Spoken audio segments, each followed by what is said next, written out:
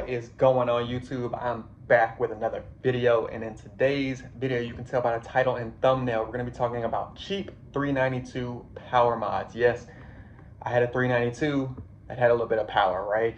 So this is one of 4 videos I'm going to be dropping back to back that include power mods for 392, cheap power mods for 392s, Hellcat mods, cheap Hellcat mods, because that is probably the most popular set of cars that I see. And that goes for any, that's Durango, Jeep, Challenger, Charger, doesn't matter. All of these mods will fit on either one.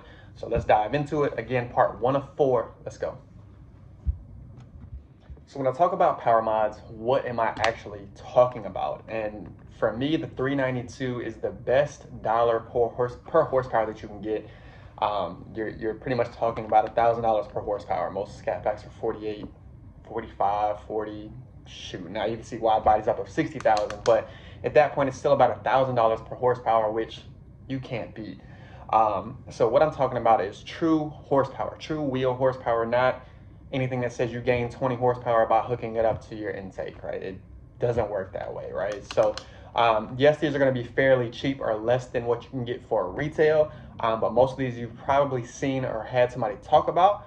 So I'm going to dive into them pretty quickly, which is why I got my trusty notebook right here, man. I'm going to talk about long tube headers, a true cold air intake, Facebook Marketplace, believe it or not, intake manifolds, and of course something you don't want to hear, your better tires and exhaust. Those are my 5 that I'm going to discuss. Let's dive into it. So first and foremost, long tube headers. You guys know that the 392 motor is as stretched out as it possibly can be as far as power wise from the dealership or from factory. Long tube headers just allow a little bit more airflow, which open up the 392, which is what a lot of those motors need. Now there are some what I call off-brand headers all the way down to Cook's headers. I personally only use Cook's and trust Cook's, partially because that is what I prefer. Anywhere between $1,100 to $2,000 is what you're going to pay for 1 7/8 all the way down to 2-inch long tube headers. Some of the off brands like Texas Speed, and I'll put some up right here, anywhere between $700 to $1,000. Now, if you know how to work on a car, it is something that if you do have a lift, makes it so much easier to do. But it's something that you can do in your driveway if you have the right equipment, right tools. It's going to take you about 10 hours to 2 days, depending on what you got going on. So you can save a little bit money on installing. And you're going to see anywhere between 10 to 40 horsepower gain to the wheel, depending on tuner and what you already have done to the car, right? Which is a pretty good bit for a set of steel, metal, whatever you want to call it, headers that takes 2 days to install or less than a day. Can't beat that, right? So that's always my first go-to when somebody asks me, what's a cheap power mod? Easy, long tube headers. The second one I want to talk about is rough, because there's so many brands, so many people that claim they notice a difference in horsepower and this and IAT temperatures and a whole bunch of other things. I'm going to go ahead and tell you that this is no sponsored video. I have no relationship with Legmaker or their intakes. But for me, the true cold air intake from Legmaker, that's the one that goes down into your fender well, is the best intake that you can find as far as ambient IAT temperatures or being as close to you can, or close as you can to the temperatures outside. That's going to run you anywhere between $319 to $384. And when I tell you you can install it yourself, it is super, super easy. Now, the true cold air intake, you may have to shave off a little bit of metal from the actual housing where your old intake used to go. And what I mean by that is down into the fender well to be able to get the tube down in there. So it can probably take you about an hour to 2 hours. But when I tell you let somebody do it, if you don't know how to shave the metal off or don't have the tools, or you can do it yourself. I think I had Max Acceleration do it while they were doing a lot of the work to my car. It took them literally like 30-45 minutes. You can check out that video. Super, super simple, super easy. As far as wheel horsepower gain, if you don't have any tuning aspect, you might see a little bit of difference in how cool the car runs as far as IAT temperatures, but anywhere between 20 to 40 horsepower, you're not going to see that like they claim or like companies claim. You may see a jump of 2 to 5 with just that intake itself and no other mods. But it's something that helps, again, with intake, long tube, and some of the stuff we'll get to here in a second. True cold air intake, again, it's already been posted from Legmaker. So this is something I actually did and then undid on my 1320, and that is an intake manifold. There's so many options. You can go ported intake manifold, you can go Holley EFI, you can go Edelbrock. The two I'm going to talk about are Edelbrock and Holley.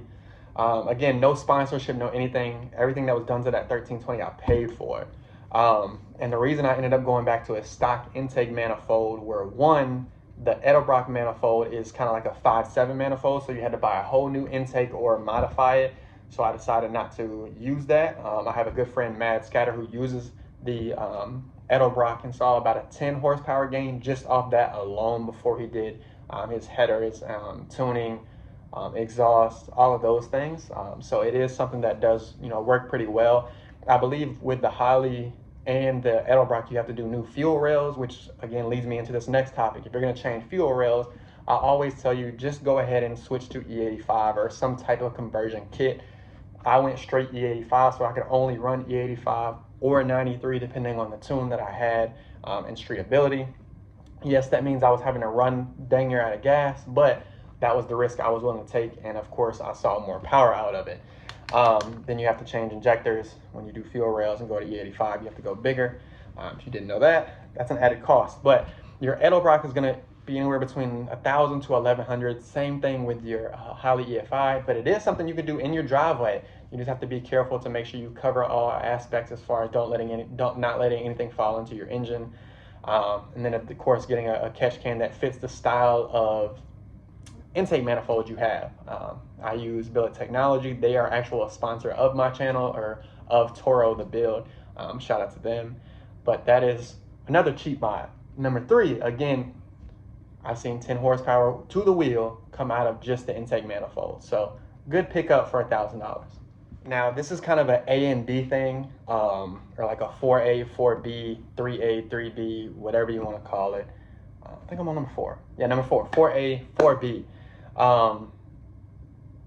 Tires, exhaust. Very, very simple. The reason I say tires are a cheap power mod, because most of the time when you buy them from the dealership, they're coming with Pirelli P0s or Firestone Hawks or whatever the heck they're called, right? Not very good tires on the street to be able to hook. Yes, once you get above 375 to 420 horsepower or to the wheel horsepower, you're going to need a good set of tires to be able to hook.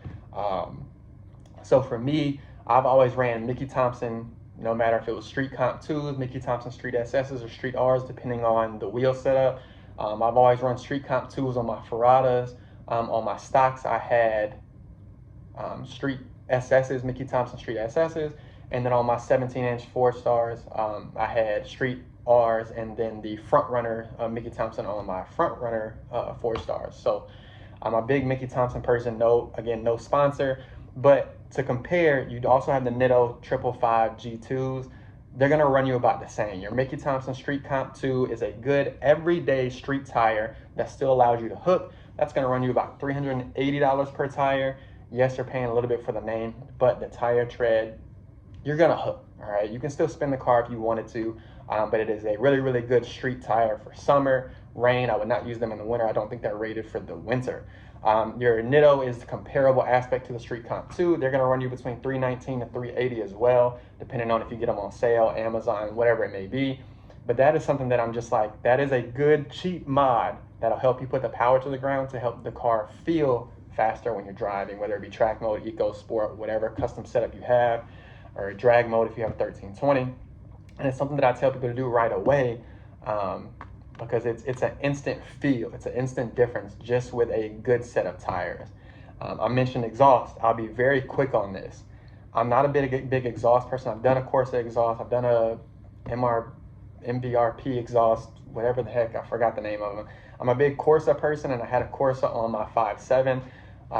Did a couple setups on the 1320, but overall for me, just deleting the resonators was enough as far as sound.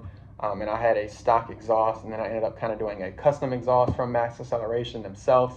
But Corsa, you will see a difference in sound, performance, back pressure, and a little bit of horsepower, but again, it all has to kind of come into unison with your intake, your long tubes, tuning, fuel, all of that for the exhaust really to work. You can't just slap an exhaust on and expect to go faster. Of course, it is very expensive. You're talking $2,100 to $2,600, especially if you want the black versus chrome tips.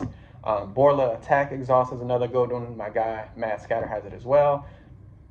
$1,700 to $2,000. You're gonna spend money on an exhaust, especially a catback exhaust. So that's something that I find fairly cheap, but it doesn't really do much outside of if it's all in unison together, you guys. So make sure you understand that. Tires first, then long tubes. I know I started out with long tubes, but tires always first if you ask me. Now, the last power mod, and this is tough to say cheap, right? I mentioned in the beginning of the video, Facebook Marketplace. The last power mod, because I'm not going to mention cams or anything like that. I'm going to mention that in a later video. So make sure you stay tuned. Again, part 1 of 4 that's going on with 392s and Hellcats right now. But Facebook Marketplace, man, you can find ProCharger kits, Whipple kits, all sorts of things on Facebook Marketplace that you can get for cheap. Again, you've seen I've posted plenty of them up here. Plenty of pictures, plenty of photos. You can see ProCharger kits going for $4,000, and there are $8,000 to $10,000 kit. ProCharger, the best kit to put on your 392, easily. I've seen 500, 600, 700 wheel horsepower in those cars stock with a ProCharger kit, man. And I don't want to hear 392s can't take boost. They can take boost if you do it properly, and ProCharger is one of the companies that I believe does that really, really well. With the Whipple, it is instant power, so you have a lot of torque things that are going on, and you can run a very low level boost with Whipple. Same thing with ProCharger. I think the max is 8 under their warranty, and I know a lot of people that done ProCharger. It's one of those things that I think that's the best supercharger or centrifugal supercharger. ProCharger is just the name. My bad. Don't eat me up in the comments or the company. But a centrifugal supercharger is the best power adder. Again, 4,000, 6,000. Yes, they're used parts. Yes, you may not get the warranty, but the tune warranty from ProCharger, you can still reach out and get. I know plenty of people who have done it.